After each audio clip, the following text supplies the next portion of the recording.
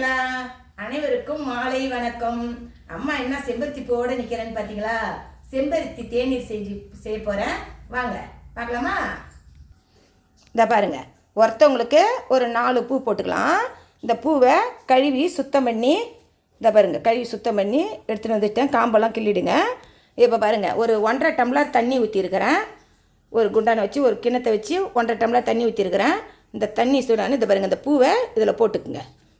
ஒரு 1.5 டம்ளர் தண்ணி 1 டம்ளர் ஆனால் போதும். இது கொதிக்கட்டும்.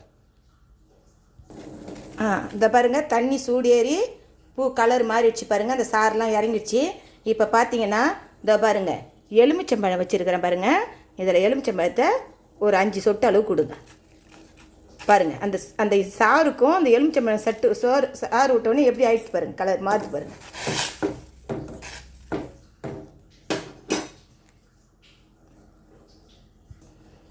இப்போ வேணும், உங்களுக்கு சுகர் வேணும்னா ஒன்று வெல்லம் போட்டுக்குங்க. சுகர் வேணான்னா விட்டுடுங்க. இந்த பாருங்கள், இது இப்படி தான் இருக்கும். எலுமிச்சம்பழம் ஊற்றினோடனே இந்த தேநீர் கலரு இது பாருங்கள், அந்த சார் கலர் கரெக்டான கலர் எடுத்து கொடுக்கும். இந்த பாருங்கள், இந்த பூவை வடிகட்டி அந்த தேநீரை மட்டும் எடுத்துக்குவோம். பூவை வடிகட்டி எடுத்துக்குவோம்.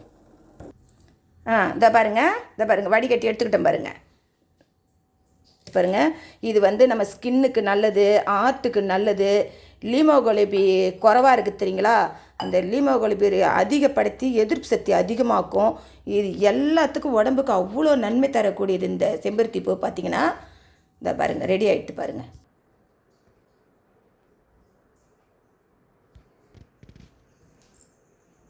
இதை வாரத்தில் 2 நாள் சாப்பிடுங்க.